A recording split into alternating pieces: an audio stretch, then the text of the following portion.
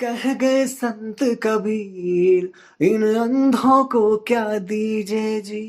कह गए संत कबीर इन अंधों को क्या दीजे जी। कोई आवे बेटे को मांगे, कोई आवे बेटे को मांगे, भेंट रुपया दीजे जी। कह गए संत कबीर इन अंधों को क्या दीजे जी। कह गए संत कबीर इन अंधों को क्या दीजे जी। कोई आवे तो दुख का मारा हम पर कृपा कीजिए जी। कह गए संत कबीर इन अंधों को क्या दीजिए जी।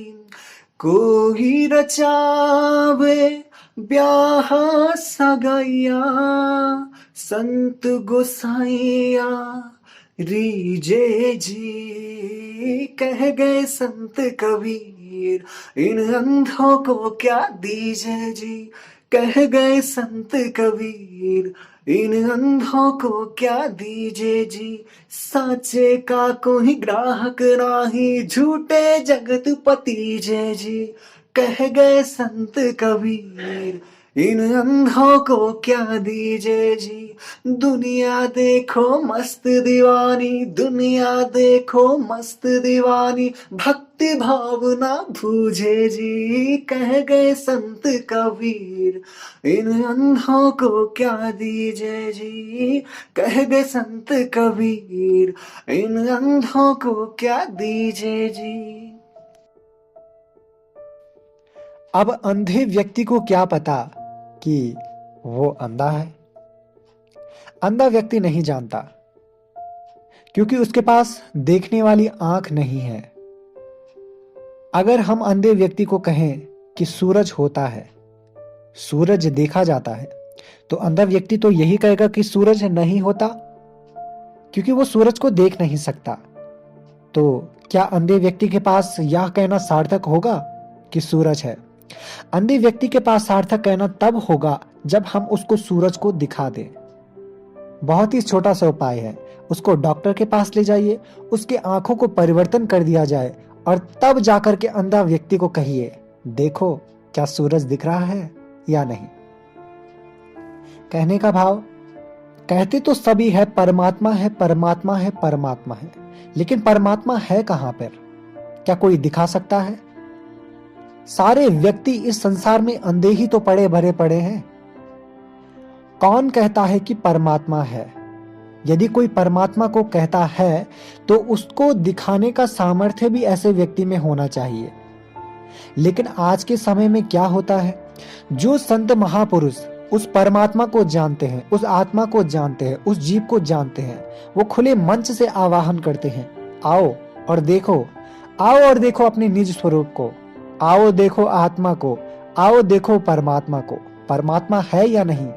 अब अंधा व्यक्ति यदि जाना ही ना चाहे और अंधा व्यक्ति पूरे दिन भर पूरी जिंदगी में यही रटता रहे कि सूरज नहीं होता, नहीं होता, नहीं होता। अब अगर अंधे व्यक्ति को कहा जाए कि आप आंख बदलवा दीजिए और उस सूरज को देखिए, लेकिन अंधा व्यक्ति ऐसा भी नहीं करना चाहता, तो ये तो अंधे व्यक्ति की मूर्खता ही है कि वो सूरज को पाना ही नहीं चाहता। ना तो अंधा व्यक्ति देखना चाहता है, ना जानना चाहता है, लेकिन पूरी जिंदगी भर, पूरे उम्र भर यही रटन करता रहे कि नहीं होता, नहीं होता, नहीं होता। क्या अंधे व्यक्ति के कहने मात्र से वो चीज नहीं होने वाली? वो चीज तो है। कबीरदास ने बहुत ही खूबसूरत कहा, कह गए संत कबीर इन अंधों को क्या दीजे जी। अक्सरात अंधे ही तो पड़े पड़े हैं सारी दुनिया में। कौन, किसको क्या जरूरत है परमात्मा की? आज के समय पे किसी को कुछ जरूरत ही नहीं है परमात्मा की। सारे जितने भी इस संसार में लोग हैं, सारी अपनी भोग विलासिता की जिंदगी में पूरी तरह से अपनी इस मानव तन को, इस हीरे को बर्बाद करते जा रहे हैं। अगर हम संत के पास जाते भी हैं तो क्या मांगते हैं? प्रभु हमें बेटा चाहिए, हमें संतान चाहिए, हम पे कृपा करो। क्या संतान प्राप्ति के लिए यह मानव तन मिला था? कहते हैं प्रभु हम पे कृपा कीजिए, हमारे पास धन नहीं है, हमारे पास संपदा नहीं है, हमारे पास शांति नहीं है, हमारे पास सुख नहीं है, हमारे पास सौंदर्य नहीं, हमारा बिजनेस थोड़ा सा ठप चल रहा है, प्रभु बस आप ठीक कर दीजिए। ये है आज समाज की मान्यता, ये है समाज की मांग, ये है समाज की डिमांड। जबकि संत के पास जाकर क्या प्रश्न किया जाना चाहिए? जैसा प्रश्न स्वामी विवेकानंद जी ने किया था। स्वामी विवेकानंद जी ने ईश्वर की इतनी प्यास, इतनी ललक कि उनको उनके दार्शनिक मन ने भी सवाल दाग दिए कि क्या ईश्वर होता है। अनेक गुरुओं के पास गए, अनेक गुरुओं से समाधान भी चाहा, लेकिन हर किसी के गुरु का अलग अलग जवाब। हाँ हाँ होता है, मिल जाएगा। लेकिन स्वामी विवेकानंद ने अपने पास एक ऐसे प्रश्न को लेकर चले थे कि अगर ईश्वर होता है तो उसको देखा भी जाना चाहिए, अदरवाइज कोई ईश्वर नाम की कोई चीज नहीं, कोई शक्ति नहीं, कोई। लेकिन अगर विवेकानंद इस प्रश्न को ना करता तो क्या उसे यह उत्तर मिल पाता? उसका यही प्रश्न ले चला रामकृष्ण परमहंस जी के पास। रामकृष्ण परमहंस जी सामने खड़े थे। कुछ चर्चा चलने लगी। विवेकानंद ने पूछा, क्या आपने ईश्वर का दर्शन किया है? रामकृष्ण परमहंस जी ने मुस्कुराते हुए कहा, हाँ मैंने ईश्वर का दर्शन किया है। विवेकानंद ने दूसरा प्रश्न किया, मैं कैसे मान लूं? मैं कैसे मान लूं कि आपने ईश्वर का दर्शन किया है? क्या आप मुझे ईश्वर का दर्शन करा सकते हैं? मुझे आज इसी समय इसी क्षण ईश्वर को जानना है। कल परसों नरसों मैं रहूं या ना रहूं इसका कोई भरोसा नहीं, इसलिए मुझे इसी क्षण ईश्वर का दर्शन करना है। रामकृष्ण परमहंस जी ने बहुत ही सुंदर कहा, प्रत्यक्षम किम प्रमाणम अस्ति। प्रत्यक्ष का क्या प्रमाण है? आओ मैं तुम्हें इसी समय तुम्हें ईश्वर का दर्शन करा सकता हूं। स्वामी विवेकानंद जी ने ईश्वर का दर्शन किया। तब जाकर के 52 गुरु करने के पश्चात स्वामी विवेकानंद जी को एक पूर्ण सदगुरु, उस समय पूर्ण संत ही माने जाते थे, क्योंकि उस समय आत्मा का दर्शन ही बहुत कुछ मान लिया जाता था। लेकिन आज के समय में जहां भगवान कल की अवतार ले चुका है, आज के समय में तो आत्मा दर्शन की पूरी तरह से धज्जियां उड़ चुकी है, क्योंकि भगवान स्वयं परमात्मा स्वरूप है और वो परमात्मा को दिखा देता है। क्योंकि आत्मा तो उसके समक्ष बहुत ही छोटी सी चीज है, उसके एक अंश से संपूर्ण ब्रह्मांड की उत्पत्ति होती है, तो आत्मा तो बहुत ही छोटी सी बात है परमात्मा के समक्ष। अब यदि हम संत महापुरुषों के पास जाते हैं, उनसे घर मांगते हैं, दौलत मांगते हैं, संपदा मांगते हैं, पुत्र मांगते हैं, स्त्री की कामना करते हैं, तो ये हमारी मूर्खता ही होगी। इसीलिए संत कबीर जी को कहना पड़ा, कहे गए संत कबीर इन अंधों को क्या दीजिए जी। आज के समय में कौन प्रश्न कर रहा है संतों से? प्रश्न तो कहीं अलग हमने साइड रख दी है, बस भोग विलास की जिंदगी चल रही है। किसी से पूछो कि क्या आप सत्संग जाते हो? अच्छा, आपको क्या फायदा मिला सत्संग में जाकर के? यानी कि परमात्मा को तो हमने साइड रख दिया, बस फायदा बता दो कुछ। परमात्मा, यही जब समाज की इस हालत को देखा, विनोबा भावे ने समाज की इस परिस्थिति को देखा, तो वह बहुत ही खूबसूरत एक कहानी सुनाया करते थे अपनी डायरी में। विनोबा भावे जी कहते हैं, एक बार विनोबा भावे जी रेलगाड़ी में सफर कर रहे थे।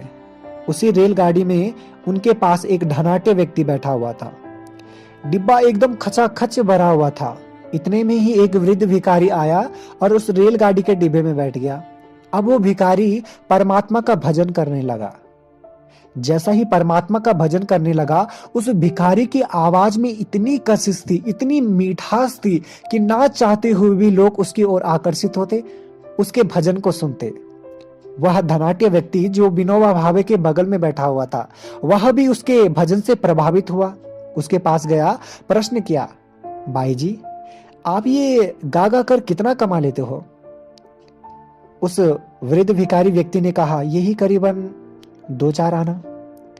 उस धनाढ्य व्यक्ति ने 100 रुपए के नोट को निकालते हुए उसके हाथों में थमाया। ये लो 100 रुपए का नोट दे रहा हूं, पूरी जिंदगी हंसते खेलते गुजर जाएगी। तुम रोज 4 आना कमाते हो, 2 आना कमाते हो, ये 100 का नोट दे रहा हूं, लेकिन तुम ना मुझे कुछ बदले में फिल्मी सॉन्ग गा के सुना दो। वृद्ध भिखारी ने सुना। वृद्ध भिखारी ने कहा, नहीं बापूजी। उस धनाढ्य व्यक्ति ने कहा, अच्छा तुझे 100 रुपए का नोट कम लगता है, तो ये ले, मैं 100 रुपए का नोट और रख देता हूं। उसने कहा, नहीं बापूजी, इस जीवन उदर पूर्ति के लिए मैं अपना कार्य तो नहीं बदल सकता। आप ये 200 का नोट अपने पास रखिए और मुझे परमात्मा का भजन करने दीजिए। विनोबा भावे जी कहते हैं, क्षुधा से पीड़ित है वह व्यक्ति, इतनी चुभन हो रही है भूख से, लेकिन उसने धन को महत्व नहीं दिया। क्या कहा कि मैं परमात्मा का भजन करने धरती पर आया हूं। और आज जो मानव समाज की हालत है, किसी संत के पास जाते हैं तो कहां कोई भगवान की बात तो कोई करता ही नहीं, बस क्या हुआ, फायदा हो गया जी, इसीलिए मानव तन मिला था, फायदा हो गया। क्या भगवान कृष्ण ने अर्जुन को फायदे के लिए वो गीता का ज्ञान का रहस्य उजागर कर दिया था? क्या मीराबाई ने फायदे के लिए राजमहल को त्याग दिया था? क्या गौतम बुद्ध ने फायदे के लिए अपने राजमहल को त्याग दिया था? क्या माता सबरी ने अपने फायदे के लिए उस अपने परिवार का त्याग कर दिया था? कितने ऐसे त्यागी लोग हैं, डॉक्टर, इंजीनियर, आज के डेट पे भी बड़े बड़े ऐसे जो लोग हैं, परमात्मा को पाने के लिए उन्होंने सब कुछ का त्याग कर दिया। यानी उन्होंने धन को महत्व नहीं दिया, धन को एक तरफ ठुकरा दिया, क्योंकि धन कभी सत्य हो ही नहीं सकता। लेकिन आज हमारी मानसिकता क्या है, कितनी बनी पड़ी है कि हम संत की शरण में आए, धन की हम डिमांड कर दिया जाए। इसीलिए कबीरदास को कहना पड़ा कि दुनिया देखो मस्त दीवानी, भक्ति भावना बूझे जी। कह गए संत कबीर, इन अंधों को क्या दीजिए जी। अंधों को क्या देना चाहिए जो ऐसी मानसिकता को लेकर हमारे पास आ रहे हैं। संत के पास जब भी जाते हैं तो उनसे प्रश्न करना चाहिए कि क्या आप जीव को जानते हैं? क्या आपने जीव को देखा है? क्या आपने ईश्वर को देखा है? क्या आपने परमेश्वर को देखा है? अगर वो तीनों का जवाब हाँ में दे दे तो वहां पे हमें खुश नहीं हो जाना चाहिए। दूसरा प्रश्न करना चाहिए कि क्या आप हमें जीव, ईश्वर, परमेश्वर जो आपने देखा है, क्या आप हमें दिखा सकते हैं? यदि कोई कहे कि ना, अब नहीं हो सकता जीव, ईश्वर, परमेश्वर का दर्शन, तो उनका तुरंत त्याग कर दीजिए और आगे बढ़िए, क्योंकि वह तुम्हें कुछ भी नहीं दे सकते, केवल बातों में ही भरमाएंगे और कुछ नहीं। लेकिन पूर्ण सदगुरु का जो शिष्य होता है, पूर्ण भगवान का जो शिष्य होता है, भगवान कल्कि का जो शिष्य होगा, वो आपको बातों में नहीं भरमाएगा, वो आपको परमात्मा तक ही ले जाएगा। जितना वो जानता है, जहां तक भी वो जानता है, जैसा भी वो जानता है, वो आपको वैसा वैसा ही जना देगा। क्योंकि ज्ञानी कभी भी नहीं चाहेगा कि दूसरे व्यक्ति को ज्ञान मिले। लेकिन हाँ, वहीं अगर भक्त की बात की जाए तो भक्त जो निस्वार्थ भाव होता है, वह जानता है कि यह मेरा ज्ञान नहीं, यह मेरी औजार नहीं, यह मेरी जागीर नहीं, यह मेरी संपदा नहीं, यह परमात्मा का ज्ञान है और वो बांटता है समाज में। हमें ऐसे ही संत के पास जाना चाहिए। और जो संत कहे कि आपको इतने साल सेवा करनी होगी, आपको ये करना होगा, आपको ऐसा करना होगा, आपको मेरे लिए समर्पण करना होगा, आपको ये करना, तो ऐसे संत के पास हमें बिल्कुल भी नहीं जाना चाहिए, क्योंकि उसे हमारा शरीर चाहिए शोषण करने के लिए और कुछ नहीं। तो आज आप समझ गए होंगे कि कबीरदास को ऐसा क्यों कहना पड़ा कि कह गए संत कबीर, इन अंधों को क्या दीजिए जी। आज समाज अंधा ही भरा पड़ा है। भगवान कल्कि जब मंच से आवाज लगाए कि आओ आओ, जीव, ईश्वर, परमेश्वर का दर्शन करो, दीदार करो, साक्षात बातचीत से दर्शन करो। अब अगर कोई ना करना चाहे तो वो अंधा ही तो है। ऐसे व्यक्ति को क्या कहा जाए? ऐसे व्यक्ति ने तो आंख पाकर भी वह आंख को नहीं पा पाया, जिस आंख से परमात्मा का दर्शन हो सके, जिस आंख से उस अगोचर परमात्मा का दर्शन हो सके, जो इन इंद्रियों में नहीं आता। तो हमें आगे बढ़ना होगा और यही हमारे जीवन का लक्ष्य है। तब तक हम बैठ नहीं सकते। कैसे हम तब तक चैन से बैठ सकते जब तक हमें परमात्मा नहीं मिल जाता? क्योंकि हमारे जीवन का लक्ष्य परमात्मा ही है। हाँ, हम मानते हैं कि धन हमारी आवश्यकता है। इसका अर्थ यह तो नहीं हुआ कि धन हमारी अंतिम उपलक्ष्य है। धन हमारा अंतिम लक्ष्य है। धन के पीछे ही हमें नहीं इस पूरी जिंदगी को बर्बाद कर देना चाहिए। जूता चप्पल हमारी आवश्यकता है। इसका अर्थ यह तो नहीं हुआ कि हमने जूते चप्पल के ही पीछे पूरी जिंदगी को बर्बाद कर देना है। कुछ लोग तो आज भी पूरी की पूरा समाज देख रहा है, सामने लाशों की लाशें भरी पड़ी है कोरोना के, लेकिन फिर भी उनकी बुद्धि भ्रमित हो रही है। फिर भी पैसा पैसा पैसा, परमात्मा के लिए कोई जगह नहीं, कोई स्थान नहीं। अगर थोड़ा बहुत होगा भी तो वो बस डर के मारे या फिर स्वार्थ बस कि कहीं ऐसा ना हो जाए कि परमात्मा हमसे नाराज हो जाए। डर के मारे कुछ लोग भक्ति कर रहे, तो भक्ति होती है। भक्ति में कोई डर नहीं, कोई संशय नहीं, कोई लालच नहीं, कोई मोह नहीं। भक्ति में केवल और केवल परमात्मा, यहां तक शरीर का बोध भी भक्ति में नहीं रहता। वही है सच्ची भक्ति। और ऐसे भक्त ही हमारे समाज में, ऐसे भक्तों की ही आवश्यकता है। ज्ञानी लोग जितने भी होते हैं वो ज्यादा से ज्यादा अहंकार ही पैदा करते हैं समाज में, लेकिन भक्त खुद प्रेमी समाज में भी प्रेम बांट रहा है। इसलिए हमें ऐसे भक्तों की आवश्यकता है जो समाज और परिवार, अपने आप तो जागृत है ही है, साथ ही साथ पूरे विश्व को भी जागृत कर सके। हमें ऐसे ही भक्त की आवश्यकता है। भगवान कल की जन्म ले चुका है और उनके ही पास ऐसा ज्ञान है जो कि हमें जीव ईश्वर परमेश्वर उस शाश्वत भक्ति को जनाने का सामर्थ्य रखता है। क्योंकि कहते हैं ना, प्रेम भी तो तभी होगा जब हमने उसको देखा हो। एक माँ अपनी पुत्री से कहती है, पुत्री अपने होने वाली पति से प्रेम करो। अब पुत्री क्या करे, कैसे करे? पुत्री कहती है, माँ मैं कैसे प्रेम कर लूं, अभी तो मैंने उस अपने पति को देखा ही नहीं, फोटो भी नहीं है, एंगेजमेंट भी नहीं, तो कैसे प्यार करूं? कहने का भाव जब तक देखा नहीं तब तक प्रेम कैसा। और संतों और महापुरुषों ने भी बड़ी ही शर्त हमारे समक्ष रखी। कहा, जाने बिन ना होई प्रतीति, बिन प्रतीति होई नहीं प्रीति, प्रीति बिना नहीं भक्ति दृढ़ाई, जिम खगपति जल की चिकनाई। जब तक आपने उस परब्रह्म परमात्मा को देखा नहीं तो आप भक्ति किसकी कर रहे हैं? आप आराधना किसकी कर रहे हैं? क्या आपने कोई मनगढ़ंत से कोई परमात्मा बना लिया है? आप भी अंधों की भांति चल रहे हैं, क्योंकि आप भी उस झुंड मानसिकता का शिकार बन चुके हैं। जिस झुंड मानसिकता में बताया गया कि आपको ऐसे पूजा करनी, आपको इस तरह से पूजना है, ऐसा करना है, वैसा करना है। लेकिन आप और आपका परमात्मा अच्छे से जानता है कि आपको कैसी पूजा करनी है, किसकी पूजा करनी है, किस तरह से पूजा करनी है, क्योंकि वो परमात्मा ही शाश्वत है जो कभी नहीं मरता। बाकी तो सारा संसार ही मृत प्राय बन चुका है। ऐसे मृत प्राय संसार से हमें कैसा लाभ? इसलिए आप जगो। आदि गुरु शंकराचार्य जी को भी कहना पड़ा, ए भटकते हुए प्राणी सदैव परमात्मा का ध्यान कर, क्योंकि अंत समय में जितना भी तेरा पाठ पूजन जप तप वेदों का रटन, ये तेरे किसी काम नहीं आने वाला। ये सब कुछ यहीं छूट जाएगा। तो हमें भी आगे बढ़ना है। हमें भी अंधों की भांति अपने जीवन को पूरी तरह से बर्बाद नहीं करना।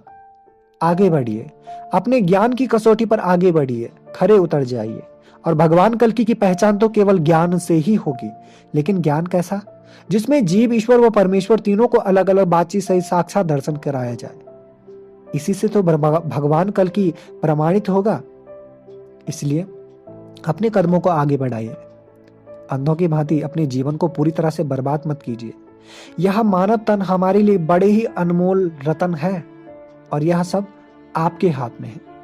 आप आगे बढ़ते हैं या नहीं बढ़ते। फिलहाल हम लेते हैं यहां से इजाजत। तब तक के लिए नमस्कार। जय श्री राम, जय श्री कृष्ण, जय श्री हरि, जय प्रभु सदानंद।